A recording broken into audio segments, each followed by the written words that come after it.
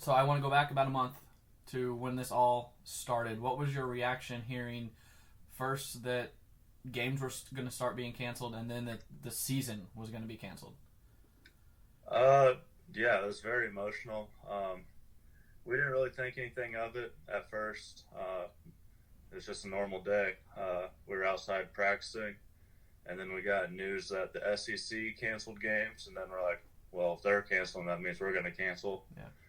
And then later that night, they just canceled. They canceled our game for that weekend, and then like an hour later, they canceled like the Omaha and like the rest of the season. And yeah, it was very emotional. Just seeing the whole season flash by in a blink of an eye like that. Just it's gone. With everybody felt bad, really bad for all the seniors like Luke Smith, Justin Levy, Adam Elliott, Danny Oriente. Just because they don't know if they're ever going to play again. Now they got the extra year of eligibility, so that's good. But yeah, it was just very emotional. How would you describe? I know you just said emotional, but how would you describe the locker room in those moments? It was very quiet. No one really knew what to say. Um, yeah, just everybody kind of like was staring at their phones, waiting for updates. I mean, occasionally someone would speak up and just try calming everybody down. But yeah, everybody was kind of mind blown. Yeah. How long did it take for you to kind of realize, man, we're really not going to play this year? Yeah, it took a couple days. Not gonna lie. Just that night, it didn't really sink in right away. Obviously, we were hurting that night, Mm-hmm. but the next day we all went to the field, and it felt like a normal day. Mm-hmm. We were there doing like prehab, working out and stuff, throwing, playing catch, and then I would say 2 days after we got the news, that's when it really sunk in because that's when we were supposed to play. Obviously, that's when we realized like, wow, this is really happening. Like we're done playing. Yeah, and that's kind of how it felt. So, what have you been doing in the meantime to stay tip top? I mean, yeah, we, me and my roommate are still here. We've been working out. We have some weights in the house. We've been using. We have a courtyard in our backyard. We've been playing catch, playing long toss, throwing some simulated pins. Other than that, just trying to keep my body in shape, keep my arm in shape, eating right, just to stay healthy, and yeah, that's basically it. Yeah. You guys were number 2 in the country. I just looked up. So, how much does that add to the hurt? Yeah, that's what makes it hurt. We had a lot of potential this year. We knew we were good, and we knew what we could have done if we had a full season. We felt like this was our year. We felt like we couldn't be stopped. We felt like we could accomplish anything, and we said that from day one in the fall. Just knowing the potential or the people we had on this team, the experience, the incoming freshmen were very talented, and yeah, we just felt like we were unstoppable. Yeah. I want to ask you about the Central Illinois connection. You got you and Luke Smith. Last year you had Jake and Tyler. What is it about Louisville that draws you guys to the program? I mean, it's a great program. We come here to win.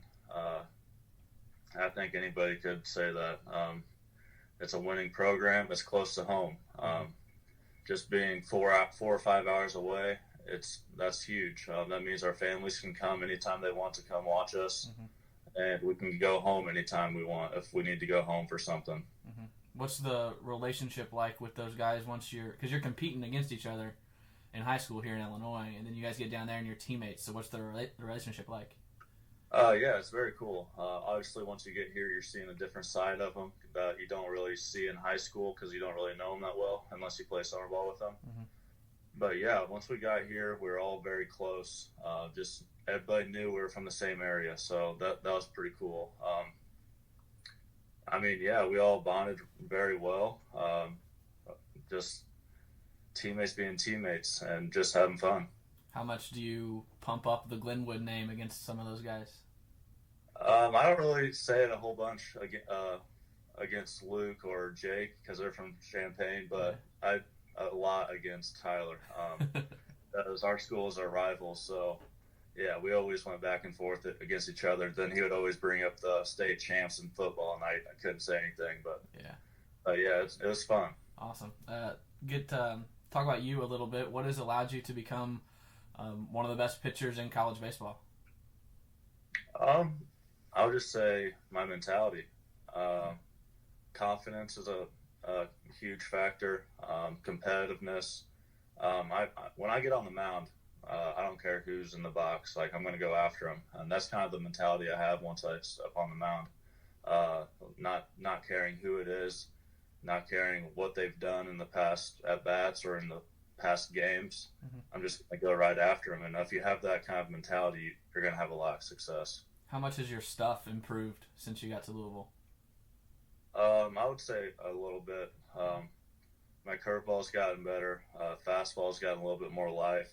My changeup has gotten a lot better. In high school, I didn't use it a whole lot, so I didn't have a very good feel. And now I'm starting to use it a little bit more. So I would say I have a little bit more feel for that now. And yeah, I'm working on a slider. I'm working on a cutter. It's more of a slider right now. Mm-hmm. But yeah, everything's looking good, and Coach Williams has done a great job helping me develop my pitches and become a better pitcher. Yeah, anyone that does any sort of MLB draft research sees your name towards the top. What are you thinking? Do you have a timeline in your head, or what you want to do? I'm just taking it day by day. Yeah. I don't really know what to expect. I haven't really asked. I haven't really looked. I talk to my coaches a lot, my family a lot, and they're telling me to stay calm and just take it day by day. There's no need to rush anything. Whatever happens, happens. I can't control what these guys think, and I just gotta, stay calm and collective. For sure.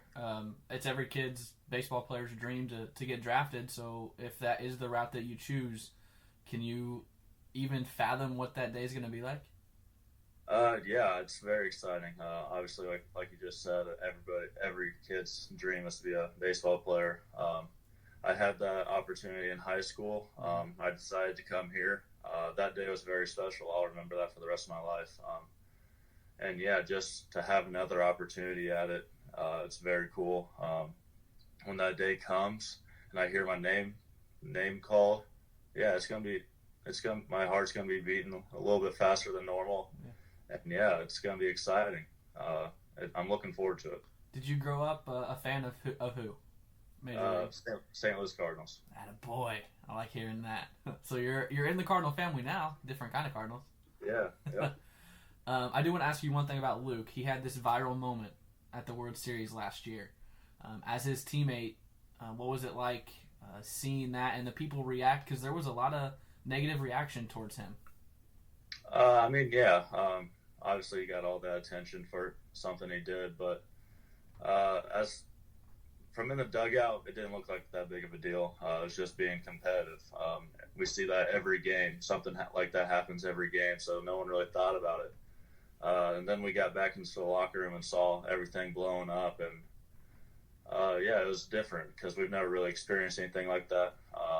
We felt bad for Luke for getting all this stuff, but at the end of the day, it's just college kids having fun, being competitive on the biggest stage. You can't be mad at that. But yeah, that's basically all I can say about it. Like, we just felt bad for him, but he took care of his business very professionally after that. So yeah, he's in good hands. Yeah. I already talked to him, and it seems like he responded to it really well. Yeah.